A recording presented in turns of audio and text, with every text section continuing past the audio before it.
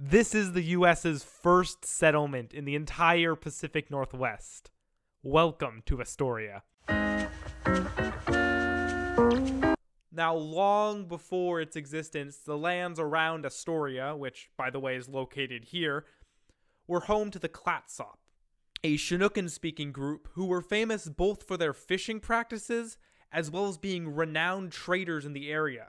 Their land, which was the mouth of the Columbia River, certainly helped them in both of those fields. Things would start to change for the Clatsop, though, as in 1792, the Columbia River was discovered by Americans. Then, only a decade later, Lewis and Clark would show up.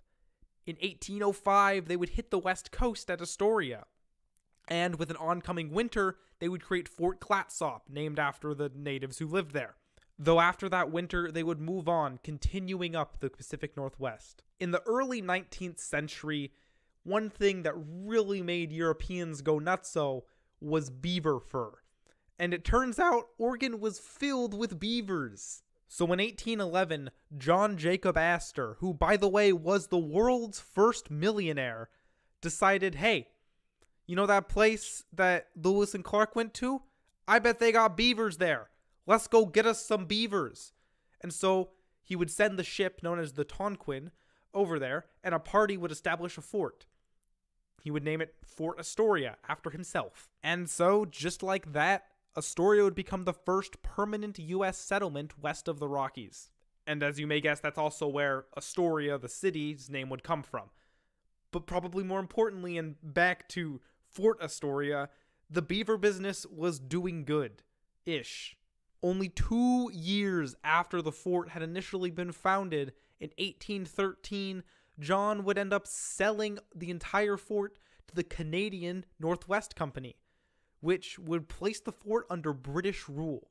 Now, it's important to remember that at this time, Britain and the US were in the midst of a pseudo-conflict over who got to control the Oregon Territory, which at the time included Oregon, Washington, Idaho, and British Columbia. While this pseudo-conflict would continue until around 1846 when some treaties would get signed, this was also during the War of 1812, so Britain and the US were actually at war with each other, which would lead to a moderately entertaining event in which Captain William Black sailed down to Fort Astoria from Canada and claimed it as a part of Britain, even though it already was, because it had been sold 2 months earlier. Despite that, he decided to rename it Fort George, which is a worse name. Then, in 1818, it was finally decided that the fort and area around it would be part of the U.S., but the fur trade in the area that the fort was conducting would remain under British control. Now, surprisingly for a city its size, Astoria's had a very large amount of media set in it. And the first of such would be in 1835, as the famous author Washington Irving, who was kind of the first big American writer, you know, he did stuff like The Legend of Sleepy Hollow, would write a book called Astoria, which John Jacob Astor, told him to write. But basically, it was about living in Astoria during its initial American settlement and really romanticized the fur trade in the Pacific Northwest. And that's kind of how things continued in Astoria for a while, with fur trade being really the only industry of the fort. But things began to change as the 1850s began. Starting in 1847, the first post office west of the Rocky Mountains would be established in Astoria. And then the really big thing would happen in 1866 as the first cannery would be built on the Columbia River, which at the time was overflowing with salmon. And this is really the start of Astoria as a town. Immigrants flocked from everywhere, not just the US. Many of the Nordic countries, such as Sweden and Finland, also had huge amounts of immigration coming to Astoria, as well as many East Asian countries, which led to a bit of a weird racial makeup for the time, with around a fifth of the population being Chinese, as well as there being a very large Finnish minority, which you don't really see in many Pacific Northwest cities. And what did these immigrants do? Well, they fished. And if they weren't fishing, they were somehow supporting the fishing industry. And the fishing job around here was especially dangerous, as the Columbia River Bar, which is now nicknamed the Graveyard of the Pacific, was exactly where they were fishing. But for a lot of them it was worth it, as salmon at this time was basically gold. More salmon canneries would be built on the Columbia, and Astoria would end up boasting dozens of them. And they needed people to work it, so canning was a huge industry at the time. Lumber would also be the other big industry to pop up around here, as in most Pacific Northwest cities, as there was just a lot of trees around, so why not? And Astoria had the bonus of it was a pretty great area to start exporting it to East Asia. Finally, in 1876, the town would finally be incorporated. And then a couple years later, it would burn down, as a fire would sweep the city, which was mostly made of wood, so it didn't really have many protections against it. But the city would rebuild. And as more people came to the town to fish, more industries started to pop up, most notably saloons, bars, and brothels, which would become to dominate the city. This would even lead one person to label it the most wicked place on earth. That might have also been, though, because Astoria was a hotspot for a criminal act called Shanghaiing, which, if you don't know, is when one person is forcibly abducted onto a ship's crew, most usually because they just didn't have enough people to crew their ship. And there were a lot of ships that needed to crew up, as around this time, Astoria would be considered the salmon canning capital of the entire world. If only I'd made a video about the current salmon canning capital of the world. Oh wait, I did. And you can watch it. I'll put it down in the description. Ketchikan's a pretty cool place, and I suggest you check it out.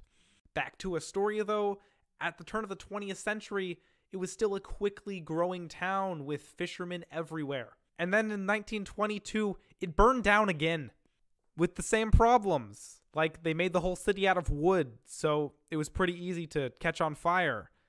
And people even resorted to using dynamite to blow up entire buildings in an attempt to stop the fire. But regardless, again, the city would be rebuilt. And in 1926, the Astoria Column would be completed, which today is one of Astoria's most iconic landmarks. It used to depict some pretty cool pictures, but the constant rain and general drizzliness of the Pacific Northwest has reduced them somewhat, but it's still a cool column. Then, as the 20th century wore on, another very important architectural structure would be created, that being a bridge finally crossing the Columbia River, connecting Astoria to Washington. The second half of the 20th century, though, is certainly not the brightest moment for Astoria, as many of its core industries would begin to decline. Bumblebee Seafoods, a company that owned many of the canneries in Astoria, would begin to close them around the 1970s. And in 1989, the plywood mill, which was the city's largest employer at the time, would end up closing as the general lumber industry began to decline. And finally, in 1996, the Burlington Northern and Santa Fe Railway would stop going to Astoria. And while Astoria's never really reclaimed that high of the early 20th century, it certainly has been doing some very interesting things in the meantime.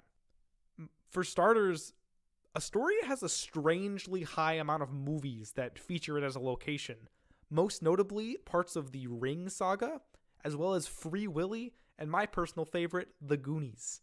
Astoria also started to develop a tourism industry, which is one of their big things today, alongside light manufacturing and art, which kind of goes hand in hand with tourism. Nowadays, you can walk down their streets and enjoy their microbrewery scene that is quickly developing. Or maybe check out the Astoria Column, which we just talked about. And you can even go to a recreated version of Lewis and Clark's Fort Clatsop, which has been constructed just outside of town. So that's Astoria, from truly being its first of its kind in the US, to becoming one of the largest fishing industries in the world, before being what it is now today. It's certainly been through a ton of stuff. Thanks for watching. Did I miss an important fact about Astoria? Or maybe you just want me to make a video about your hometown? Make sure to put those in the comments. And of course, if you enjoyed the video and have stuck around this long, I'd love it if you considered subscribing.